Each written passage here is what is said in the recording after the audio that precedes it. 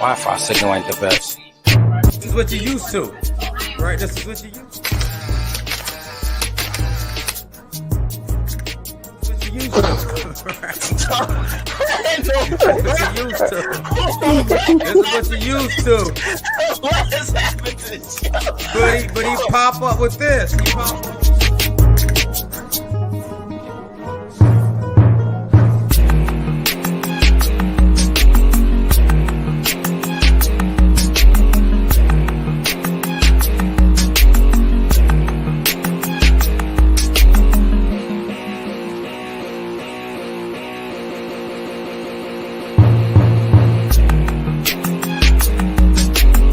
All right, good evening and welcome to the Brown Paper Bag.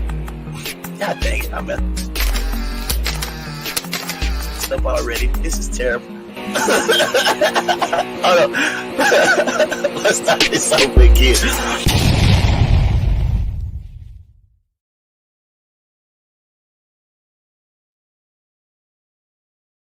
All right, man, y'all know what time it is, man. Once again, not on a Monday, but we coming at you again on a Tuesday. It's the Brown Paper Bag Podcast. Y'all know who it is. It's your boy, the Kung Fu Hebrew, aka the Grandmaster of Logic. I'm here with my boy, that way. Nope, you did it wrong. You had it right the first time. But the infamous one Inspires the Block or G Phrase, or simply known to my family and friends as Corey. What up, though? Holla at your boy. I thought I was mirroring my camera, but I wasn't. So No, you was off. Well, I appreciate you pointing that out, man. Thank you. But what's up to everybody out there checking in, man? If y'all haven't, make sure y'all go ahead and y'all subscribe across the platforms. Make sure that you go ahead and smash that like button, because y'all know how we do. What's been going on, man? It's been another week in the neighborhood, man. You got any exciting news or anything coming up, man? What's going on with you? Well, first, I want to take the time, man, to acknowledge America's city councilman. Man, may he rest in peace. He comes from my home state and city of Flint, Michigan. Man, I want to send a special shout out to the family of Eric Mays, Councilman Mays. I'm pretty sure are you familiar with Councilman Mays? Eric Mays. Oh my God, they gonna crucify you. If like, okay, let me give you a little backdrop on it. Eric Mays is a councilman from my city of Flint, Michigan. He just recently passed. But he was known for his, if you want to call them, antics in City Hall. So if you go to TikTok, you go to YouTube, you go to any platform and type in City Councilman Eric Mays, you definitely gonna know what. Wait, hold on. Was that the one he be going in, right? Yeah, yes. And I think I know, because I think I saw him on TikTok, man. Yep, he on TikTok. He's infamous on TikTok. Okay, yeah, I saw him the other day, yeah, because he was going in on somebody. Okay, so yes, I do know him. I just didn't know that was his name. So yes, he just recently passed. Mysteriously, just mysteriously died, and I mean, actually, it's a major blow for the city of Flint. I mean, people he really cared about the people. I think he did. He was just almost damn near average Joe. I remember a couple times I did meet him. One time I met him at a backpack giveaway for the school for the kids, and then the other time I met him, I saw him coming out of a liquor store. So he was one of those kind of people. Yeah, he got some liquor, man. It's legal. He had him a little fifth or something. He was cool. So he wasn't working on people's dime. It was after, no one after hours. It probably was about 9-10 o'clock at night on the weekend. He was entitled to that, but I'm sending healing energy to the family of Eric Mays, because they're actually going through. I just read through some legal problems with the damn funeral home, because they won't even release the body. So, but Eric Mays, man, I rest in peace. Yeah, I would just say that I don't have no problem with the brother getting his libation on. You know what I mean? Like, no, not at all. He's more relatable. Huh? I say he's more relatable instead of these, stick up the ass politicians that we run across nationally. Well, but them cats, man, they like to drink the beer, or they like to do something in front of people versus just being who they really are. But they something terrible behind the scenes. Yeah, well, like I said, man, sorry to hear that about that brother, man. Because man, he was definitely entertaining, man. If y'all haven't, man, make sure y'all Google Eric Mays City Hall, because that brother would go in. But he did it like you're supposed to do it. I think he cared about the people. So that's just my opinion. I don't give a damn what side he was on. He cared about the people because he was still of the people all the way up into his passing. So. No doubt, no doubt. Quick question. What else? You want to tell the people about the event coming up in Atlanta that we gonna be attending, or you wanna wait? What you want to do? Man, let's this was my thing. Let's wait. Okay. I want to be able to shoot some video footage of it, however it go, but then we can bring that back. But we'll put it like this: we're attending a big time event. It's in the space or the world of podcasting, so that's all I'm giving folks. And but y'all, you can do your Googles. I might say it in a week or so. I ain't gonna lie, I might tell it shortly, but we still got a few weeks. But it's exciting. It's all good. Whenever you're ready, man, just let the people know. But you ain't even got your ticket yet. So how you gonna be talking about some where we going? You ain't even got your ticket. Man, I got mine. So what I'm noticing now is okay. So everything we talk about offline is we just bringing it to the forefront, huh? Well, not really. Just that was in the context of the conversation in which we was having. So the event, yeah, we're going to the event. We going to go, but you haven't bought the ticket. That's all I didn't know. I didn't have no ticket. I said I'm going.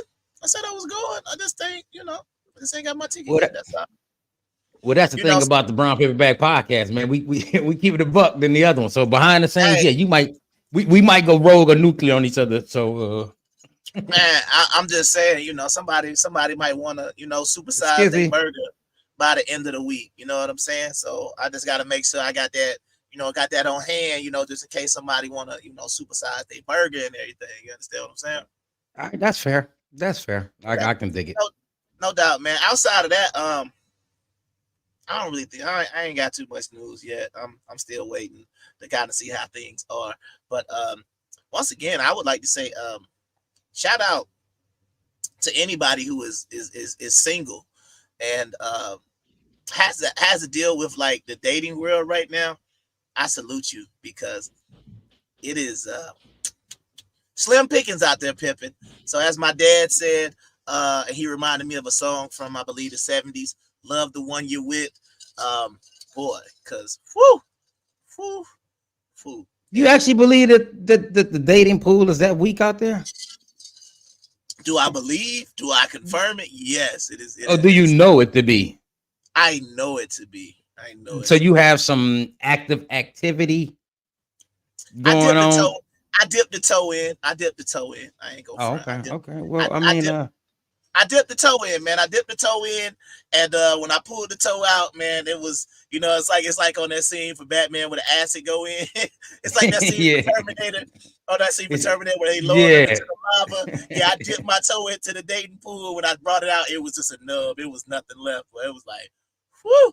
This is what we got out here. No, I actually kind of want to differ on that. I mean, don't get it twisted. I'm not speaking from actual facts because I am a married man at home. Mm-hmm. But I don't know. Is it where you're looking at? Is it where you searching at? Is it the places where you're going to find a mate? Could that be the problem? No, it's like. So you don't think you could take your shot at no woman? The whole pool is a landfill. So you just better hope that somebody threw some trash away on mistake. You understand what I'm saying? Like somebody meant to, like, for example, if you was in a landfill and somebody just like somehow they threw away something that was completely wrapped and was completely together. You understand what I'm saying? It wasn't supposed to be trash. That's about all you're gonna find. I don't know. I don't know. Out of 7 billion people in the world, I don't think that it's just completely contaminated the dating pool. If 7 billion people are on the planet, then I would say 6.99999 billion are trash.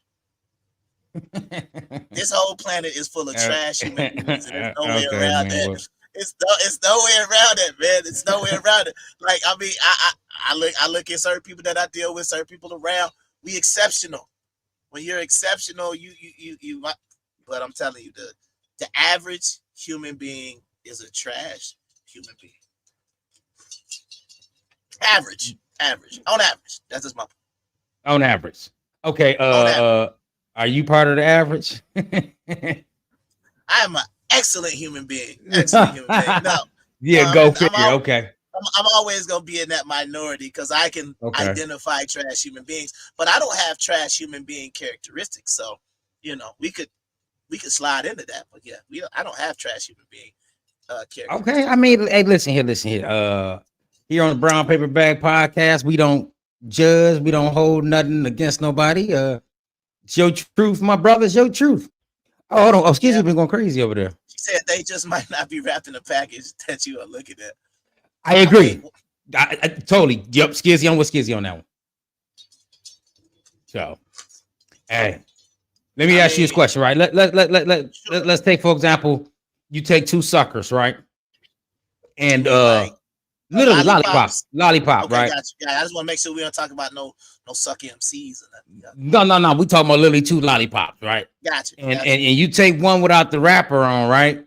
And throw it in a pile of ants, and you take the other one with the wrapper on and throw it in a pile of ants. At the same time, simultaneously, which one of the ants gonna be attracted to? They gonna go to both. They gonna get to the wrapper. They gonna get to both of them. No, they're gonna go to the one without the wrapper because that's the one that's more accessible, right? You got to do a little work to get to that one without the wrapper. So I say all that to say this here, right? Even in the dating world, right? You got to get past the wrapper, man, and then you might be able to find really, really, really something sweet. Not necessarily you, but people in general, something really, really sweet and good. So, yeah, I'm not. See, that's the whole thing, right? And I know I should be looking at so I got the Hebrew up there. I should be looking at a biblical.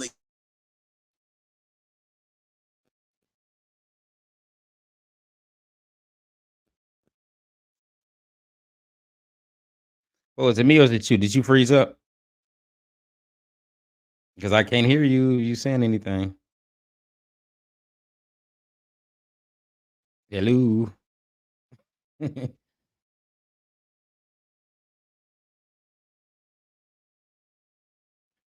Skizzy, can you hear me?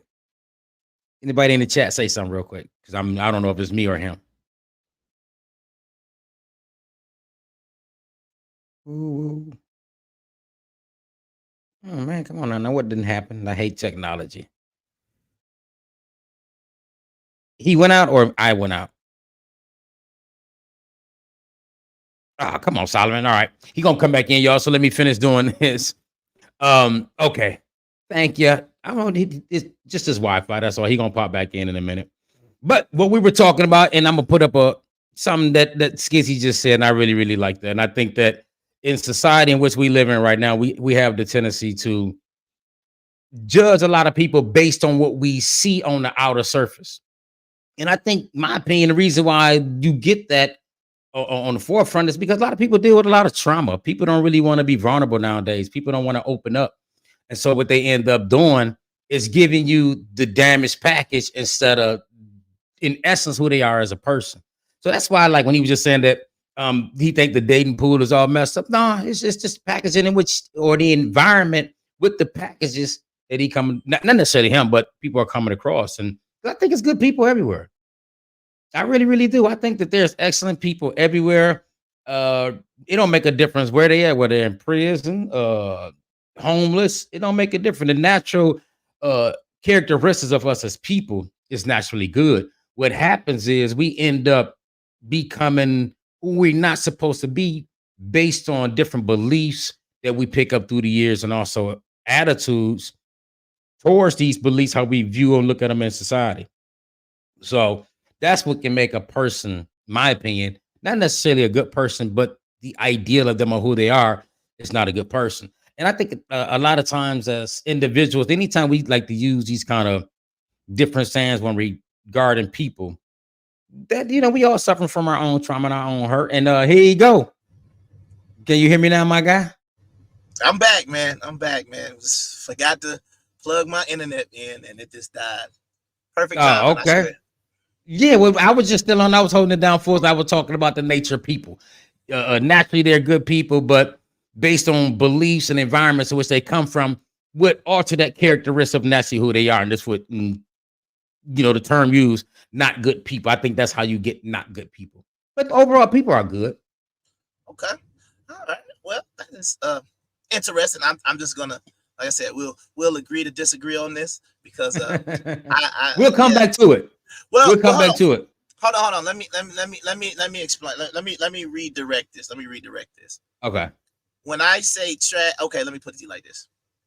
Okay, that's right. The majority of the people on, well, I don't know, it's about 50-50, but when I'm talking about the dating pool, that's what I mean. It's only going to be a very small percentage, but the majority of people are good people, even though the dating pool and what's out there is garbage. But what would a person do if the whole dating pool is contaminated, right? What do people do? I mean, they just deal with the trash. You know what I mean? They just like pigs. They just wallow around in the field because they don't know they're trash. But I'm like, boy, I don't know what new. Like this is my thing. Right? I'm all about being professional. I'm all about putting your best foot forward. I'm all about, like you say, your first impression is your best impression. Mm-hmm. So I'm just trying to figure out, like, what impression is this that they're trying to put out there? You understand what I'm saying? But yeah, like I said, it took me about it's trash out there. So yeah.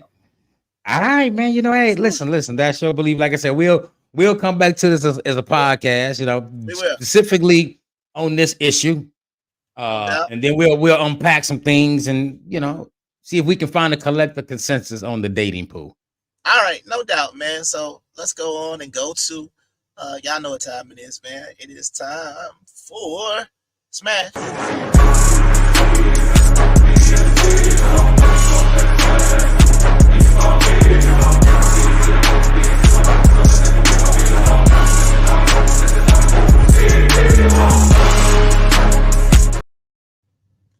Pass.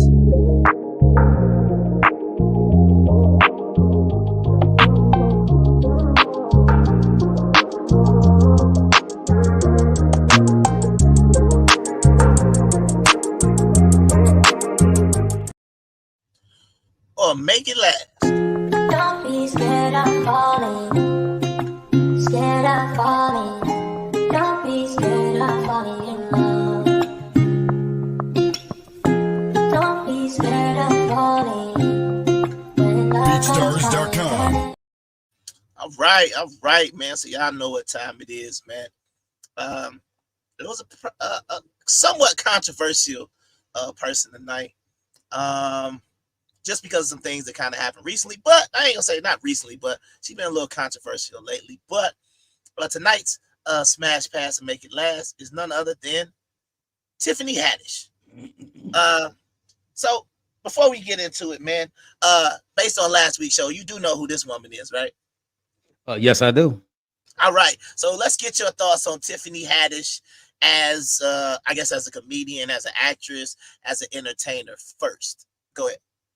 I think as an entertainer, I mean, I think she has her moments when she's funny to me. I don't think that she's just like just drop dead funny or nothing like that. But I think she has her moments where she's funny. I think as a businesswoman, she's doing great for herself. I mean, who Tiffany Haddish doing her thing. She plugged in real hard with Kevin Hart, so she making major moves. So I salute the sister on her career. Like I said, I'm not a real big fan of her comedy, but I've watched some of her shows. I mean, some of her movies, and they was all right. Okay, what do you think about when Cat Williams said she is not a real comedian because you can't tell me your favorite Tiffany Haddish joke and she's not really big on stand-up? That's subjective. I think that's real subjective. I mean, there's a market for everything, and especially in the comedy world. I want to bet that there's a lot of black women that can tell you a joke that is very supportive or fans of Tiffany Haddish. So I don't agree with that logic, but at the same time, I'm not a comedian, so I don't know what what's the standards are in their world. But at the same time, man, she's funny to somebody. He don't write the rule. Okay. Yeah. Okay. No. Well, would you like to go first? Because I would just say, as far as Tiffany Haddish goes, I mean, I'm not a big fan. I think she only has one memorable moment, and from a lot of her movies, in my opinion, and that was from was that Girls Trip? Wait, no. Yeah, that was funny. Yeah, she was funny in that. Yeah, I mean, so based on what we're gonna be talking about tonight, it was only one scene that she's ever done that was memorable to me, and that would have been the banana scene. So, outside of that, Okay. just, I mean, she's okay. I'm just not impressed. I'm not gonna go into any of the scandals, other stuff that she was accused of doing with Aries Spears or any of that other stuff either. But, man, have you gone first every week? I have just Okay, about. good. Would you, I'll would go. you It ain't like, no big thing. I'll you go. know, you want to go first? It don't matter. Hey, man, Yeah. I'll pass. Wait, hold on. My bad. My bad. So when it comes to Tiffany Haddish, because I wasn't ready. When it comes to Tiffany Haddish, are you gonna smash, pass, or make it last? I'm gonna pass.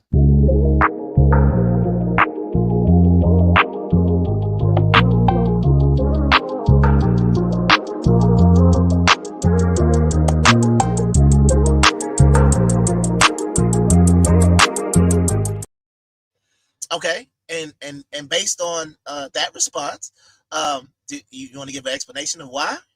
You Yeah, don't I find mean, her attractive? Go ahead. she just no. I wouldn't say not necessarily not attractive, but Uh-huh. she's not my type. On the surface, she's not my type. Okay. So at my age, man, you get to a certain age, man, you don't just be humping on nothing, man. You want to be able to lay down with something that you like looking at you find it very, very appealing, and you want it to be what you like. And so for me, when come to Tiffany Haddish, I mean, when I look at her, once again, she's a beautiful black sister. I ain't gonna never take that from her. Um, she's I like the complexion. Don't get it twisted. I like, women of, dark hue, but Mhm. overall, Well, you she's just said, not my well, you type. said, well, you said women of dark hue, Yeah, I like dark skinned women. That's usually my preference. and you say Tiffany Haddish is dark skinned? Well, yeah, she ain't light skinned. No. She is light. She is light. She lighter Put brown. Tiffany Haddish back up, man. Put her back up. She Bro, ain't. She ain't light. she is not in our club, man. She is not in the club. No, she ain't as dark as us. But I'm saying though, like she definitely ain't light skinned either. She's light skinned. I think people consider That ain't Tiffany like Haddish light. that's makeup. If you find a different picture, man, not at no award show or nothing like that, advertising nothing. But you can find a picture of her.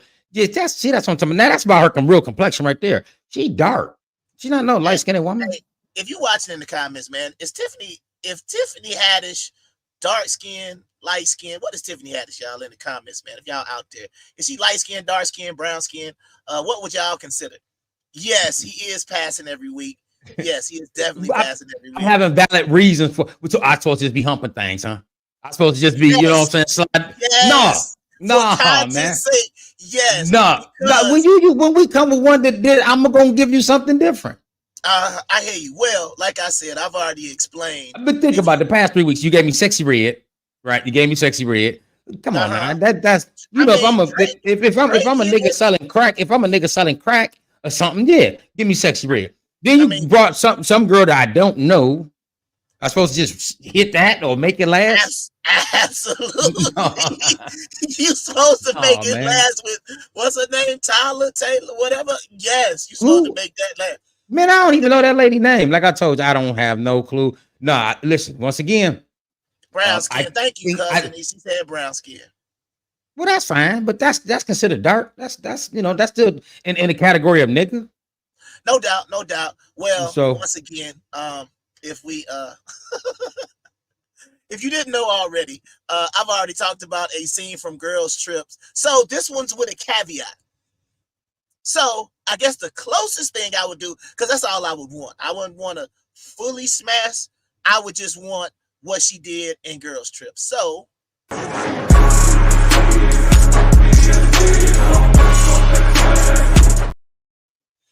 yeah, that's what I would do. But just that one, no, I don't want to have sex with her. I just want to see if what she was doing in Girls Trip, if she really is making it do what it do. But so you just curious based on that. So you know, based on that, I don't anything beyond that. I'm good. I could just say, God bless you. God bless you. God bless you. Yeah. Outside of that, right. I am perfectly fine. But let's get into the topic of tonight, man. First of all, we're talking about Rick Ross and Briana Camille, right? This is one of his baby mamas. And the topic of tonight, we're gonna address Rick Ross and Briana Camille, but we're also gonna talk about what is owed to your family, to your exes, to children once you're not together anymore. So first, let's pull this up right here. This is boy Rose and Briana Camille. And they kind of been going through it. His ex-baby mama has been trying to put him through some things as well. But we can start off with that. Do you know anything about this situation and what's going on with her and about her not letting him see his kids? Do you know anything about the situation? Not in depth, but I mean, this is one of those situations that is damn near typical, man, in the community, man. Like, you know, the woman has the kids during the separation. She gets the kids, and then she weaponized the visitations and the use of the kids, the man, to get what she wants. And I think that's a bunch of bullshit right there. So once again, like I said, I'm not that familiar with that, but I'm pretty sure I can have a conversation based on what I know that has happened plenty of times in goddamn great old America. Now, I'm gonna ask you a quick question, then I'm gonna get into it. Do you feel, for any reason, that a woman should not allow the father to see the child? If there's some safety concerns, yeah, that's number one. Safety concerns, and that's just in general. Like anything outside of that, no.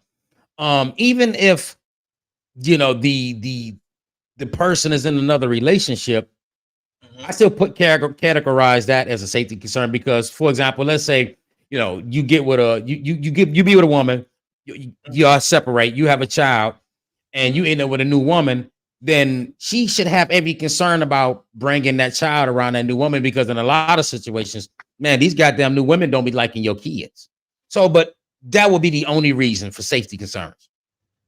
Okay. Yeah, I think a lot of times it like you used a good term, the term weaponized. I feel like that is a horrible way to move and to conduct yourself when you're talking about weaponizing your kid against either the child's father, sometimes the child's mother. I feel like the kid is going to be the one suffering because they're going to be the one missing out on that interaction with the parent. Yes, I mean they intentionally bringing forth trauma for this child. I mean, there are certain stages and developments that the child has to go through with both parents to end up being a very productive member of our society, or full developed adult.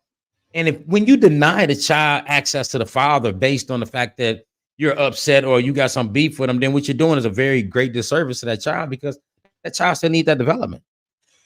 Okay, now I'm gonna flip it a little bit. If mandatory, Okay. do you believe that it should be mandatory if you are paying child support that you should have visitation rights? Yes, 110%. I don't think that then what's the balance in that for the man? Like, for example, like we can have a big conversation about child support.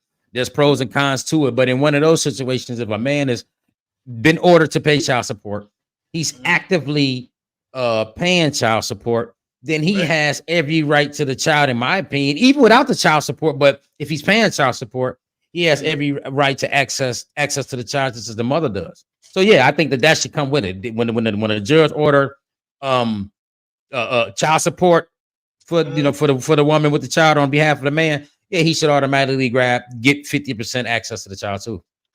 Okay, that's what's up, man. What was I gonna say? Okay, so that's child support now, because we're gonna go through the steps.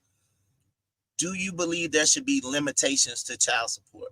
Meaning it should not be necessarily based on like income. Do you feel like it should just be a general across the board type thing? Or do you think they do it right? Like, for example, no, they definitely don't do it right. No, I'm saying like what I'm saying is, like, in this example, let's just say if all the court said like the max that you could get from child support would be like $2,000 a month. That would be like the max on the cap, and then it would be tiered based on income, but it wouldn't just be straight based on income. It would have a capped amount, so that way you could never go over that. Because I think what I'm gonna show in a little bit is kind of ridiculous when I start talking about these child support payments. I think that it should be actually based on just the actual living, the standard of living in itself, based on at that time. What I mean by this is here. Okay. I don't think that there should be a cap at $2,000 because if I'm bringing in 20 million a month, nah, come on, I don't want to shit on my baby mama like that, knowing that I only got to pay a $2,000 cap, right? Okay.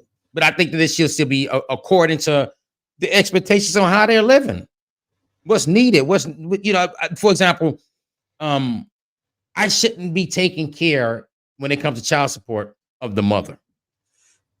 Yeah, but I think that go ahead. But what I was gonna say is, but if the child is living with the mother, that's going to be included in that number. So you're going to be by de facto taking care of the mother as well. Yeah, but I think that now in a situation like that, I think that there should be a criteria still to where the woman should have to meet some type of criteria to get the money. Like you got to be doing something. You cannot be unemployed, but yet you got the latest iPhone. You know what I'm talking about? You can't be not working, but yet got a car and I got to pay for it through child support. No, I think that they still should implement a system to where the woman is actively involved financially as the man is. You know, it shouldn't be lopsided.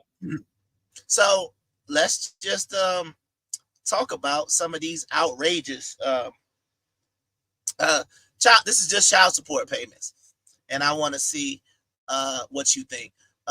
There's a guy called I guess he's an ex-billionaire, right?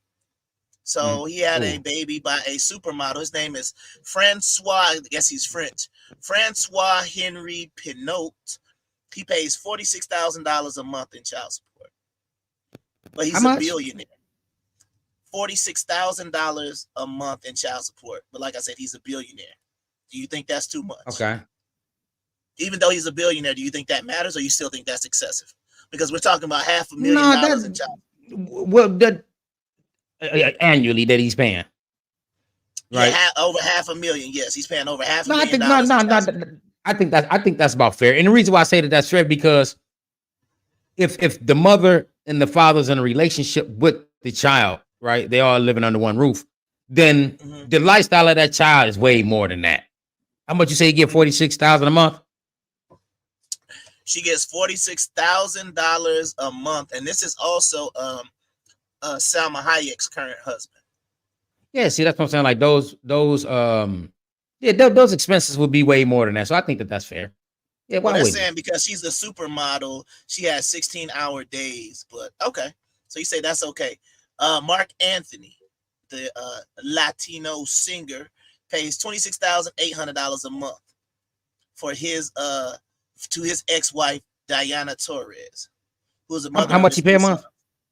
$26,800 per month per child. Okay. Plus $12,000 a month for travel expenses.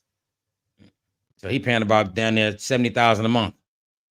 Yeah, if you throw in both kids, he's paying closer to 80. Yeah. So is that fair? You think that's fair for Mark Anthony? 80,000 a month? Man, I put it like this. I don't think no child support system is fair. Right? Because when I hear these numbers compared to the net worth that they have, I'm not against that because it's based on the money that they have. Now, when you're talking about, a motherfucker bringing home $500 a week and he got to give up 212 of that, man, no, this shit wrong now. That's wrong. And that's usually how the system is. So, to hear their money, 70,000 and he probably making that a day, that ain't shit to me. No, he can pay that. But once again, like I say, to all the people that I know, this paying that shit, man, they getting hit upside the head. Well, but the other thing is when you talk about net worth, what they bringing in, it's a little different. Here's another one. Mel Gibson pays $360,000 a year for his daughter. But they say Mel Gibson was worth his estimated fortune was $850 million. It's almost like a drop in the bucket for what they have, right? Of course, to them, they see the deductions, they know the difference, they know how it feels. So, but for me, hearing how much they network is compared to what they paying out monthly, to me, I'm not gonna be against. Now, once again, if you bring that to where, like I said, a guy paying, he making $500-$600 a week, and let's say with him, he paying $92 a month. That's going to hurt. Yeah. I would be. Gotcha. That's gonna hurt. Charlie. Okay, so then the next two are both $20,000. So Charlie Sheen pays $20,000 a month, but I just read that he got paid $1.5 million for every single episode of 2.5 Men.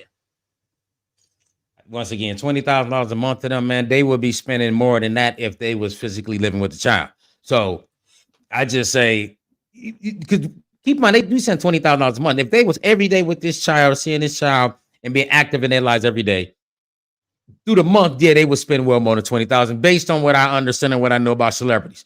So for me, no, that 20 grand ain't nothing. Okay. So then the last three is you got Russell Simmons, who pays $20,000 a month. You got Paul McCartney, who somehow got off with only $70,000 a year.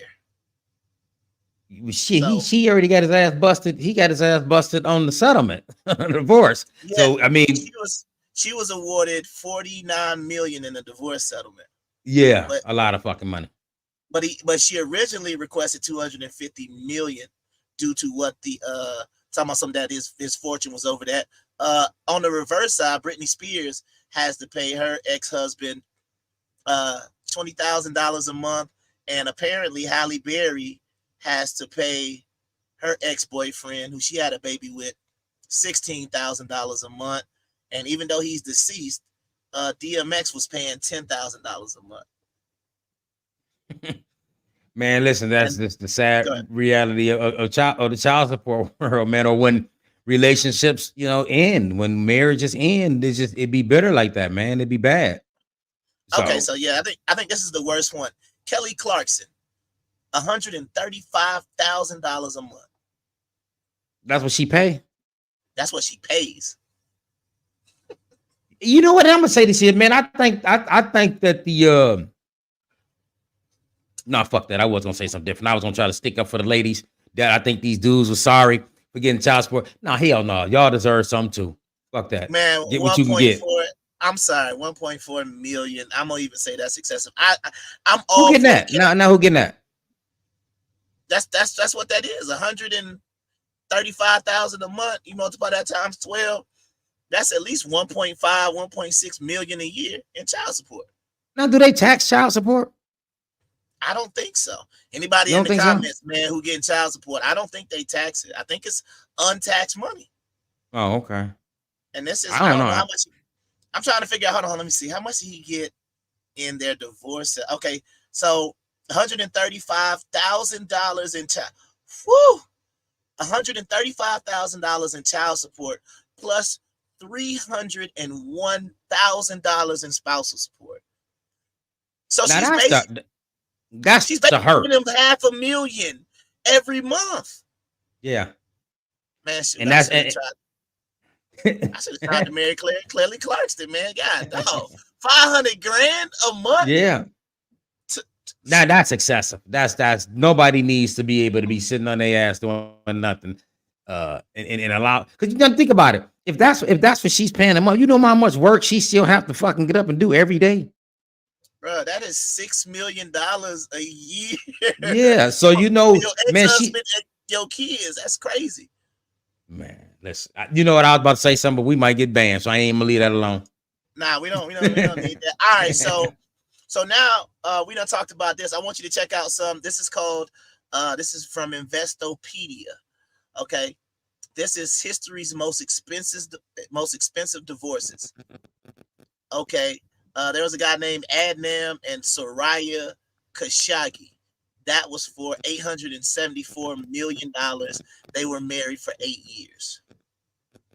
And how much was the divorce? The divorce. $874 million went to the wife. Oh, okay.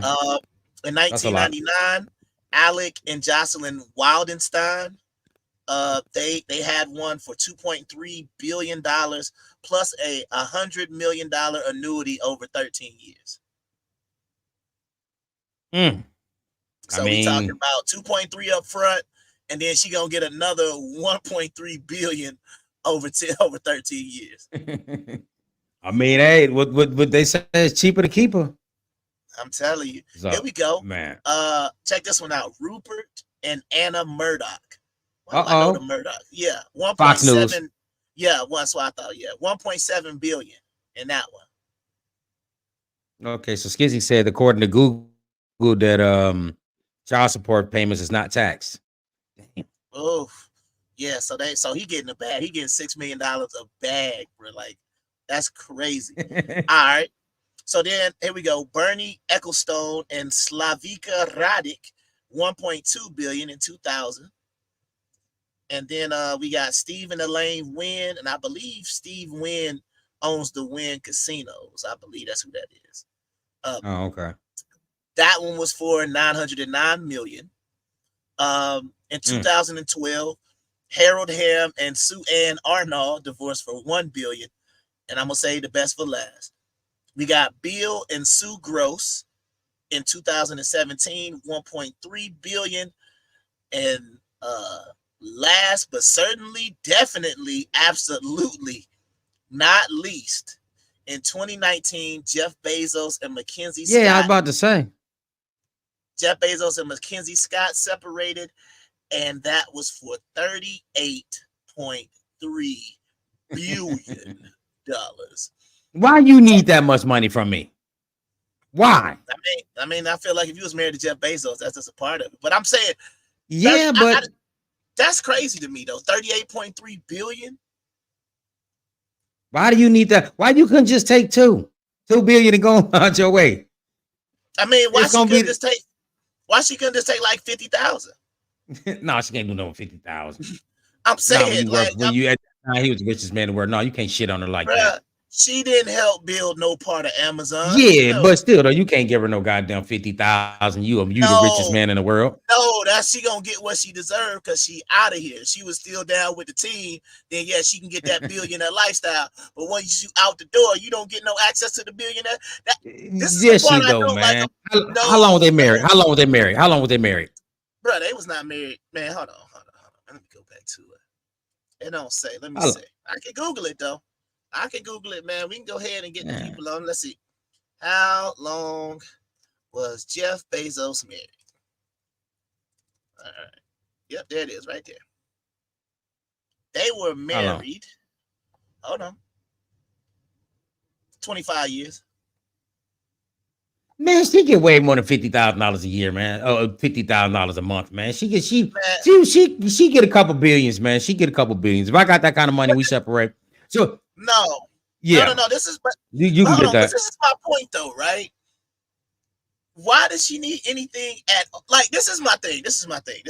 Okay, and maybe I'm just thinking about it a little different. But what does she need $38.7 billion for? Like, if you're, I agree with that. No. I agree with that. Now that's excessive. But I'm talking about. I'm talking about the 20 or 50,000. Go ahead. Right. But see, what I'm saying is this though.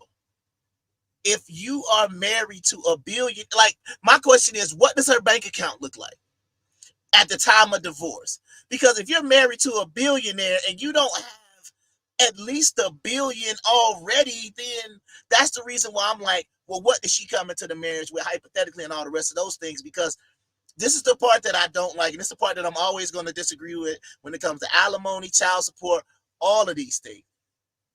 You don't get the lifestyle if you're not attached to what gave you the lifestyle in the first place.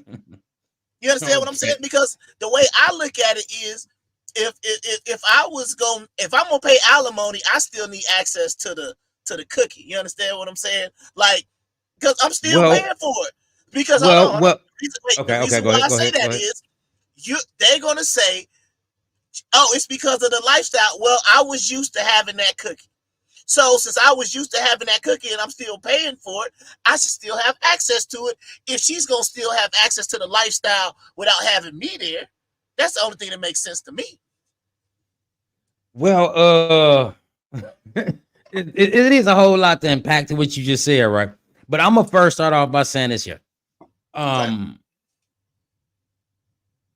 Why get married? Because at the end of the day, we all know when I'm married, you're married.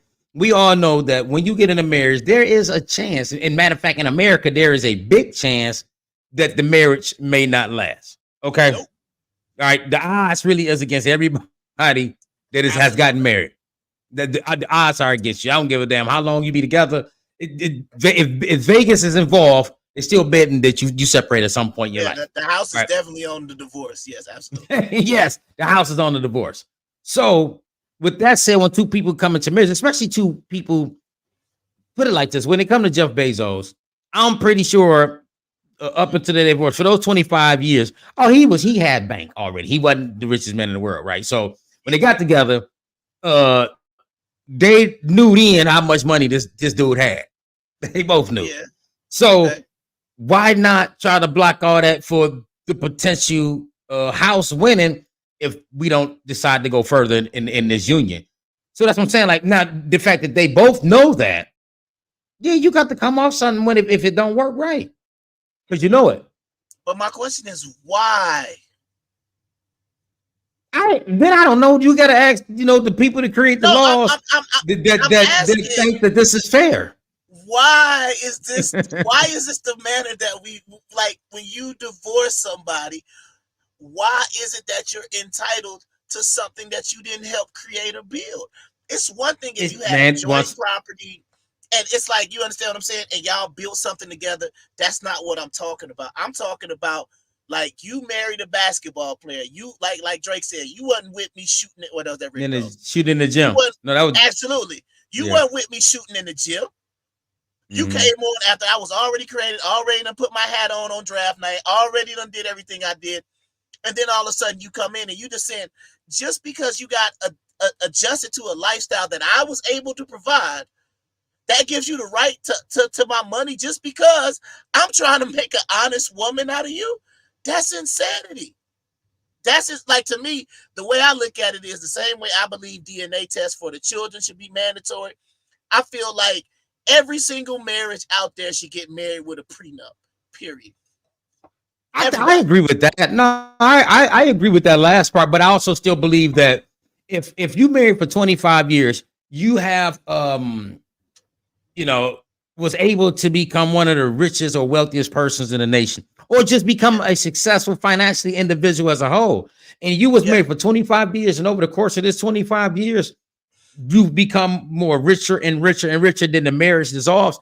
You got to come off something, because more than likely, man, this woman wasn't just sitting by the side while you was making this money that you were making. At the same time, today, you don't know why sacrifice, man. They come home and have to deal with our shit. Dealing with, especially when you motherfucker make some money, they got to deal with the kids. They got to deal with the household problems, because you the motherfucker with the money, so you gonna flex that shit whenever you want to. So when it all go bad, you got to give something up. I ain't saying everything. But see, like, the way I look at it is, I think that if like I said, she's giving you kids, she's giving you children, and she's not, like, this is my thing. When she's not working, let's say the wife decided to be a homemaker, right? She decided to stay at home with the kids, and she doesn't work and kind of have her own thing going. That is when I believe that, okay, now it's almost like with a job. Excuse me. You got to put some type of severance package together. You see what I'm saying? Like, hold on. Of course, yeah. Of course, even if children is really not involved, right? I think that there still should be a severance package, especially if one of the persons in the relationship has established himself financially well off, where more so than the other person. Yeah, I still think that's true, because at the same time, there's a lot of sacrifices. Now, don't get it twisted. If it's like a 1 or 2 year marriage, 3 year marriage, some shit that didn't last long, you don't get shit. You going about your business. I'm gonna keep doing it over here. But if there's a deep history into this union, man, you got to come off something. I would say and once again, I would go and say I believe prenup should be mandatory. I also would say that, but they can be. No, you don't have to get married. You don't have to get married without one. Right, but that's my point, though, right? Mm-hmm. When you get married, like, that's the whole point. Like they say, you're gonna, if you're a man, you making an honest woman out of this lady. So the way I'm looking at it is, for whatever time she was with Jeff Bezos, she was accustomed to a billionaire lifestyle. Yeah. So she needed to enjoy it. Now, the thing about it is this. I'm not saying the woman shouldn't leave or she should leave with nothing. But what I am saying is, like, if she was working, let's just say, like, for example, I'm just gonna use them because they both are successful in their career. Jay-Z and Beyonce. Jay-Z and Beyonce somehow get a divorce. It shouldn't be too lopsided for them just to split and kind of whatever tangle they gotta untangle, make that part fair. But it's not like if Jay-Z is worth $1 billion and Beyonce is worth $500 million, right? Then she get $250 million of Jay-Z's money, so they now worth $750 million. That's crazy to me. Beyonce should take her $500 million and go be happy. The same way Jay-Z should still be able to stay as a billionaire, because I just don't like, to me, that's just what I'm saying. This, you created the lifestyle, you built up the lifestyle, and as you built up the lifestyle, let's just say she want to divorce me and she want to leave me, then you leave with nothing. It's another thing if the man, now this is the other part I'll put it to you, if the man is divorcing his wife, anything except for adultery, if he's divorcing his wife because he want to go get something younger or better or whatever he thinks, then I think he should have to pay. So, okay. I'm just saying, I think that in the spirit of what's right, then yeah, you have to do what's right. Like, my opinion, that's just my opinion. Like, I ain't saying, give up everything that you've established and built over the years of the course of the marriage. But at the same time, you have to give up something. And once again, I'm not saying that, I don't know. Once again, I've never planned on being in that position.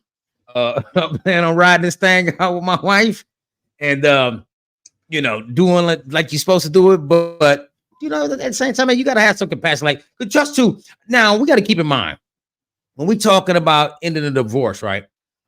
We can't allow our bitterness and our anger and all that negative energy towards the other person or the significant other dictate, how we separate this thing.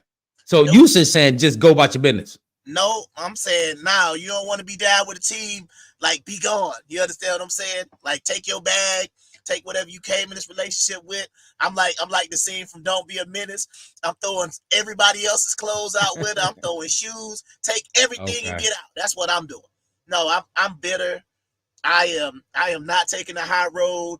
I am not going to think about the kids. I'm not going to be thinking about her. All I'm going to be thinking about is, she really going to try to leave me, take my money, and then she about to go be with some other dude on my dime. No, thank you. Yeah, that's rough. I ain't gonna lie to you. That's a little different. You don't want to. You don't want that to be the cause. But that's the thing, though. When you start talking about the happily ever after, the goal should be till death do us part.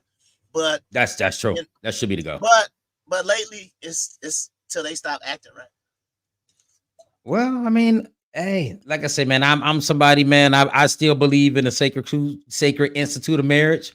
I support it. I stand behind it, and also too, I accept.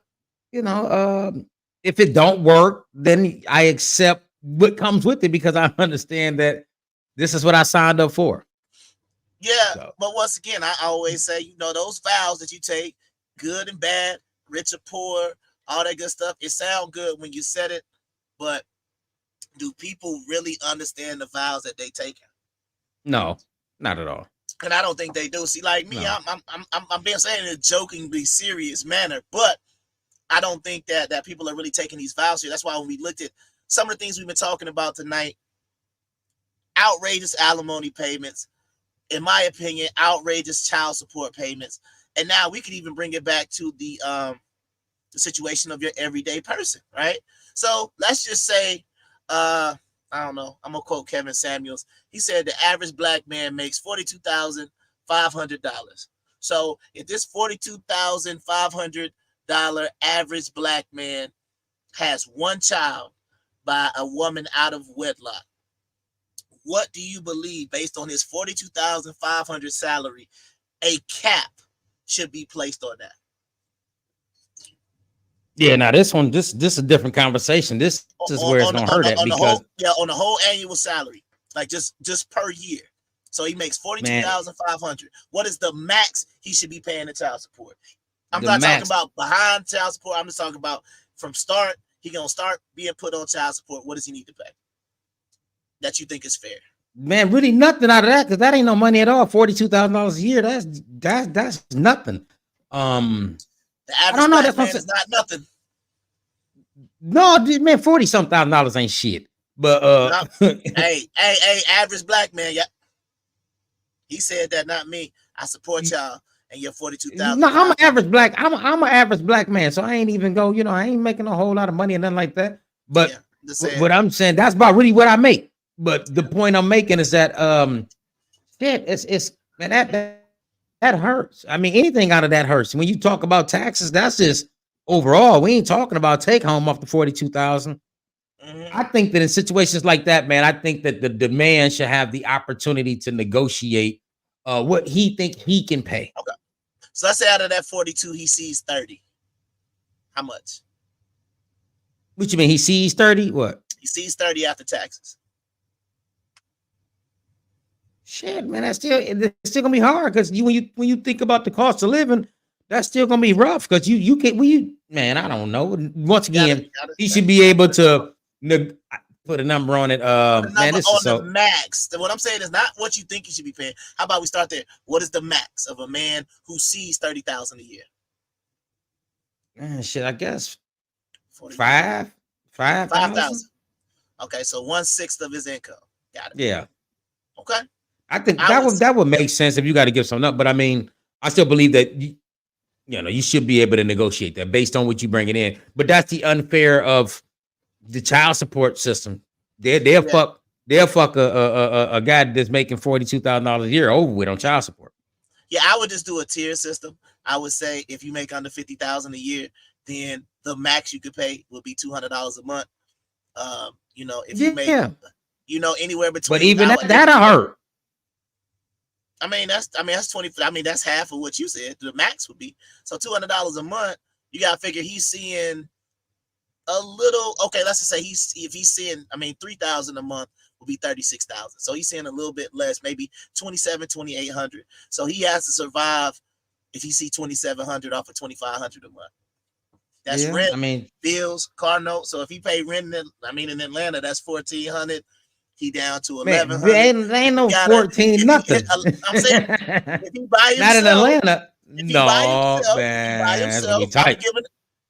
1,400. He buy himself, right? That leave him with 1,100. He got a decent car, $300 car note with insurance, 200. So now what? He about 500. So he got 600 left. He got his utility. Yeah, he's struggling. Nah, he ain't straight. Yeah, that's. He hurting. He hurting without the $200 child support. But but also too, I think but I think this too. Now, if you gonna make a guy pay child support, I think that he should get tax deductions. Oh, I do. Like hold on. I be doing the taxes. Do you mean a tax credit? Yeah. Or do you mean tax credit? A tax credit. Okay, so you mean just like the same way. Okay, now this is the one thing that I would say that I believe should be done. If a woman claims, and I agree with you, I believe a man who is current on his child support should get the same credit that a woman gets for that child. Like if you get $2,500, you should be able to file. A man should be able to file and say, yes, I am current on my child support. I would like to get some sort of child support credit for being current on your child support. And he gets the same benefit of the mother. I do agree with that. Yeah. And I believe it should not be a deduction, right? It should be a credit, the same way the EIC credit is. Yeah, I'm with that. And I think also too, if you which I don't know if they do. Will they take your taxes if you current? I know I got a couple cousins who taxes, they just got their shit took. Yeah, my sister in the building, man. Not the one that was commenting, but the other one. Yeah, she'll tell you, they'll take your tax return. Now the point is how much is the return, depending on how they work it and stuff like that. Because you gotta think even if you caught up, they'll take your return. Not if you caught up, no, they don't have no reason to because they don't have no claim to. It's like they just basically put that lien on the account if you're behind. But if you're current, you're good. That's terrible, man. That's just. Well, I guess, man. Like No, fuck that. I was trying to play devil's advocate. I'm not gonna do that. That's some bold ass shit, man. Child support is a motherfucker, man. Yeah, I'm still my boy yeah. forever. Nope. Yeah. No, we riding this thing out. You ain't gonna hit me. I would love to get that boost of confidence. Currently, I cannot do that. I only thing I can say is, will we still be together when our anniversary would be here? That is up in the air. But Are you talking about you? absolutely, Oh man, it's trouble in paradise or something. yeah. Oh Yeah, man, man. we gonna talk about that on here. Yeah. No, I'm just we'll saying, yeah. It's definitely. I mean, hell, she could be watching right now. I know it ain't gonna change that she don't know that it ain't. It's trouble. It's beyond trouble. But oh man, well hey, I'm here for you, my brother. Hey, that's the reason why I'm talking about this alimony and this child support. Because I'm telling you, if I go and I leave, you ain't getting nothing. What you came in here with is what you about to leave with. Because nope, your boy is not going for it. We not playing them type of game. So yeah, okay.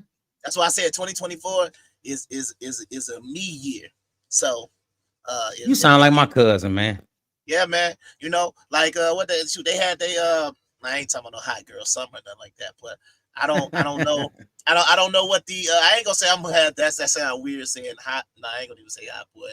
Even though that go back to Lil Wayne and old Cash Money. But what I'm gonna say is this. I am going to live my best life this year.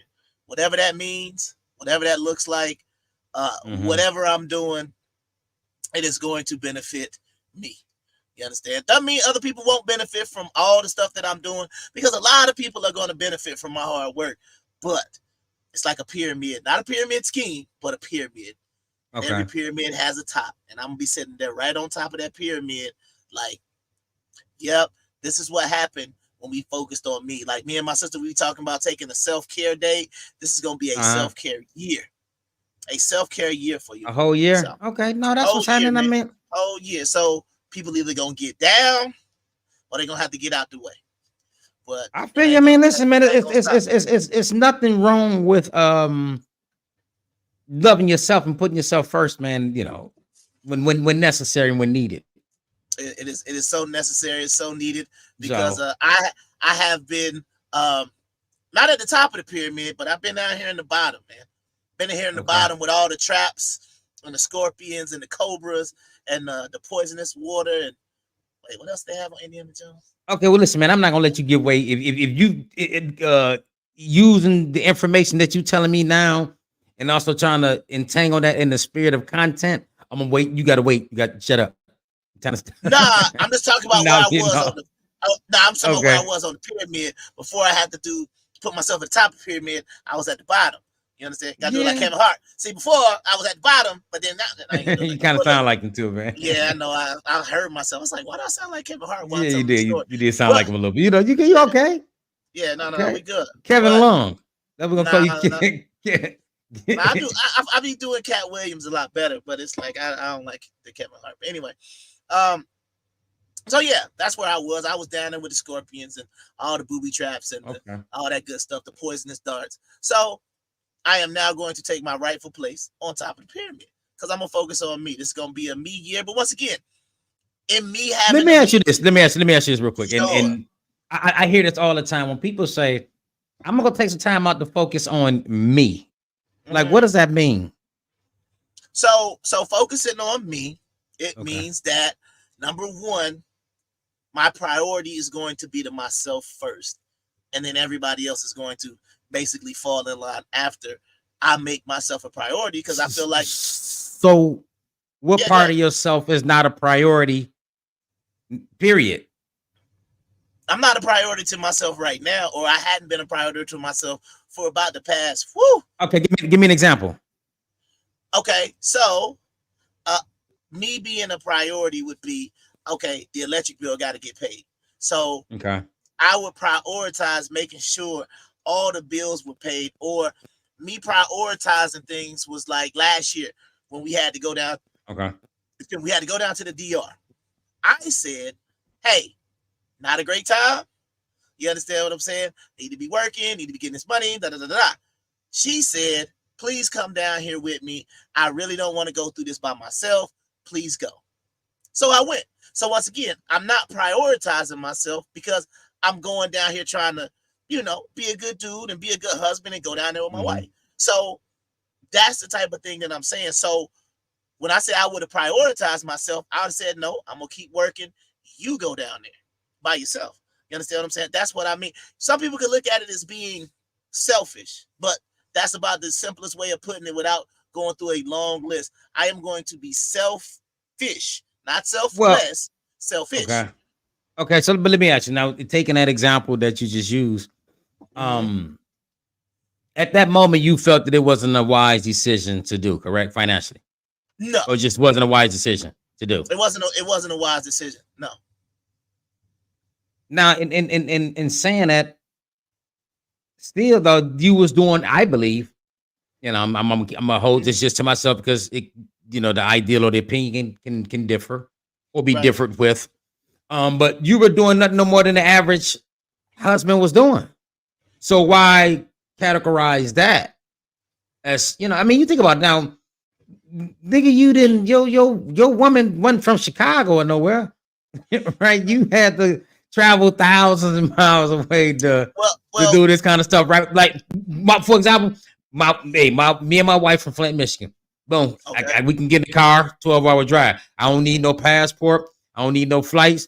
I don't need to take no tests and nothing to go through borders. Right. So of course, I would say, so I'm going on, baby, back home. Okay, let's go. Boom, we go. I'm there. You, on the other hand, take that into consideration. No, that's where she's from. No, I don't take that into consideration because when somebody is only asking you to go because it once again, if I was necessary, it would be different. See, the thing, what you're trying to make a comparison to is when you're necessary or you're going to be involved in whatever activity. When you said there was trouble at home, you need to go and do this, this, and this. To me, like you said, that would be the average. But when it is a situation that I'm not even involved in, I don't have nothing to do with nobody's kids. I have nothing to do with this entire process. Now, you can say I'm married, I'm a husband, whatever. But what I'm still saying is when I knew it was a bad time, when I knew it wasn't the smartest thing, and I was even unnecessary because even when we went down there, the guy didn't even address me, which means that I basically went down there for no reason exactly like I thought. But what I'm saying is this. The reason why I say why use this example is because it was a situation where there was something that I wanted to do, right? I wanted to stay. I knew it was better if I stayed and worked. I knew that. But instead, me trying to be, like I said, a selfless individual, go down there, be the team player. I went down there because the other part about it is she's not losing. She's not going to be losing like I am if I go and I'm down here for 2 weeks or whatever. That's what I'm saying. You're not really losing out. So all I'm saying is when it comes down to it, that's what I mean by being, like you say, selfish or focusing on me or what people see. Some people, when they say I'm gonna do me or stuff like, they about to go out here and start hoeing. I'm not about to do none of that. You understand what I'm saying? That's what I thought when you, but even in the context when you said I'm about to focus on me, I thought that's what you was going to do. No, I didn't mean about that. To dive out there, man, and when I focus on your royal oats. Nah, that is no, I don't have no type of inkling or whatever to go out there and do none of that. That's just stupid. I mean, when I talk about living my best life, I'm talking about me getting back on in my tennis game, might join my old kickball team. I'll be able to spend a lot of time with my nieces and nephews. I'll be able to go to events.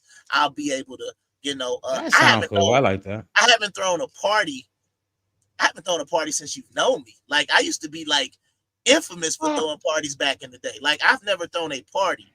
You might have been to a cookout, but I've never thrown. I've been to a cookout. Yes. You've never been to a party because I haven't thrown one since I've known you.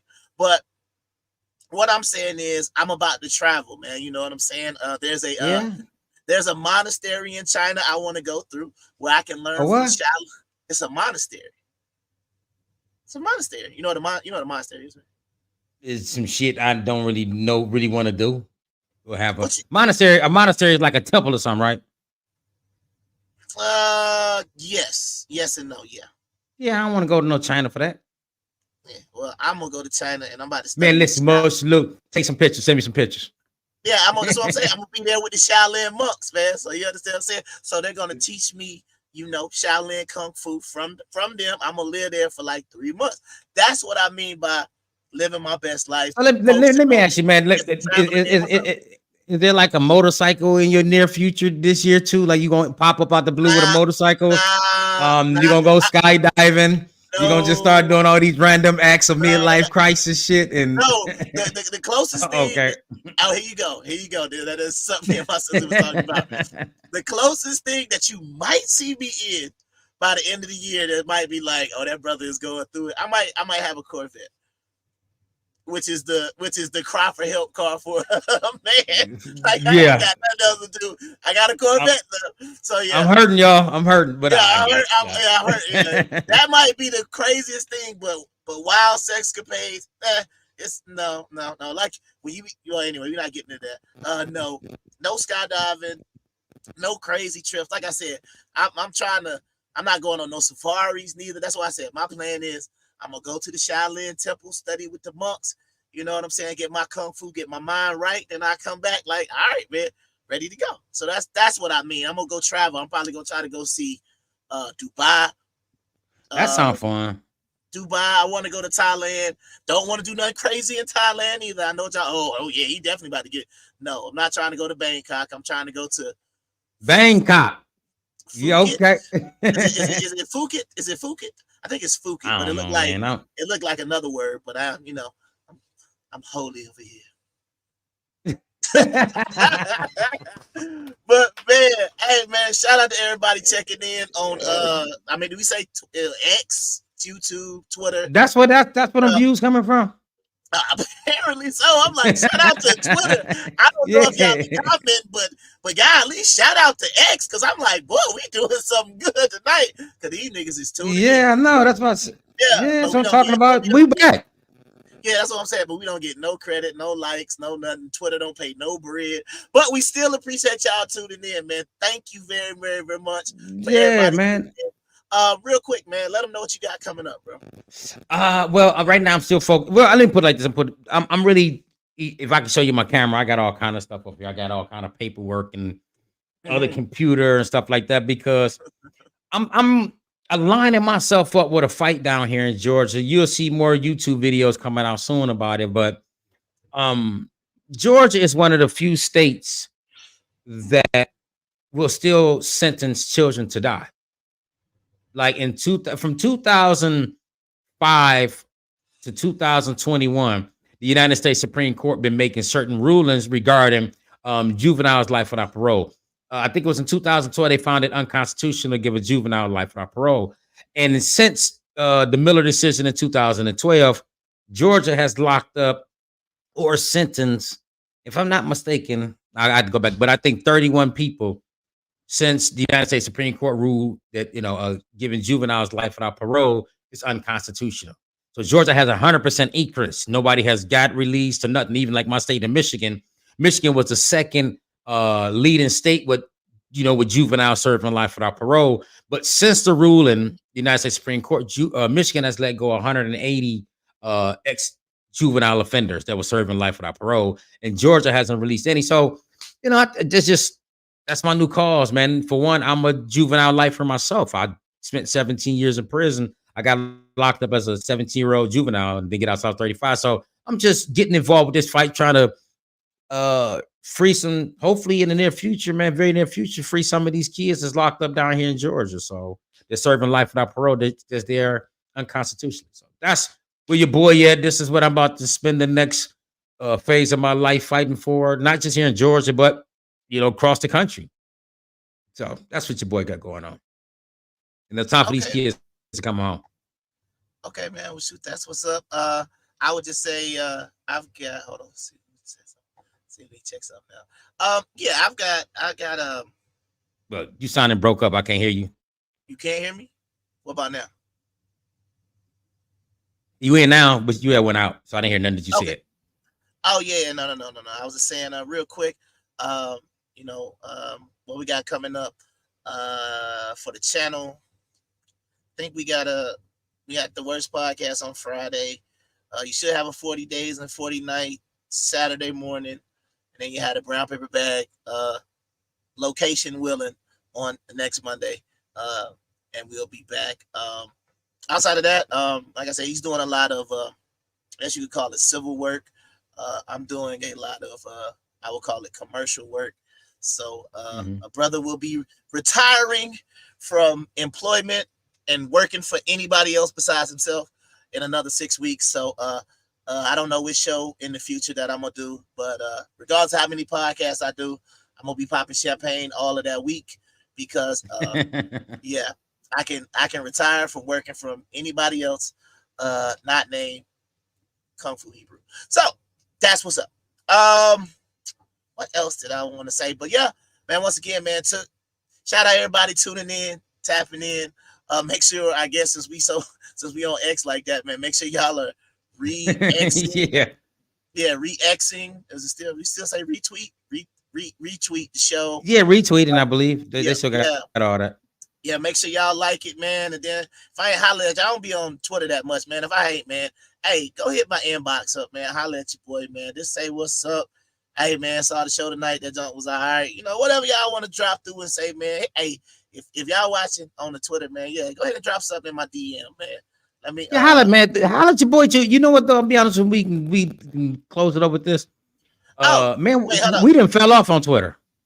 Yeah, hold on 1 second because dang, I'm doing a bad job. Before we go, gotta thank the sponsors. Southern Fusion Bistro.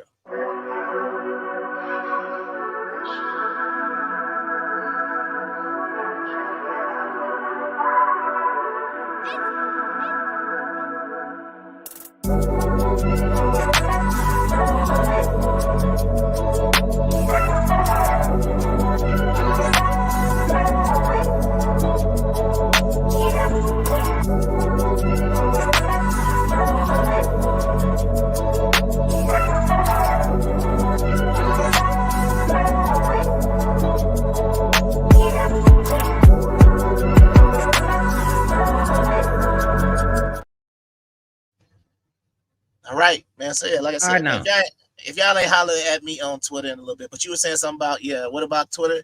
What's going on with Twitter these days? We ain't popping over there no more, man. I'm talking about I can't put a tweet out, nobody see it, nobody like it. I guess because I don't be on it no more, but I mean, it is what it is, man. Come on, y'all show me some love on Twitter. God damn. Retweet me, follow me, do all the shit. Let's get this shit back popping. I like Twitter. It was, we could talk. I don't like the other shit. I don't like, Facebook and none of that. I don't never do. Even Instagram boring. So yeah. But Twitter, come on, y'all. I'll let your boy. Yeah, man. If you want to talk to me on Twitter, just DM me. But I'm just doing that for podcast and all that. Everybody want to comment on the world at large. I'm cool. But once again, man, it's been my dog, Ad Inspired the Block. I've been the Kung Fu Hebrew, the Grandmaster of Logic. This has been the Brown Paper Bag Podcast, and we'll see y'all again next week.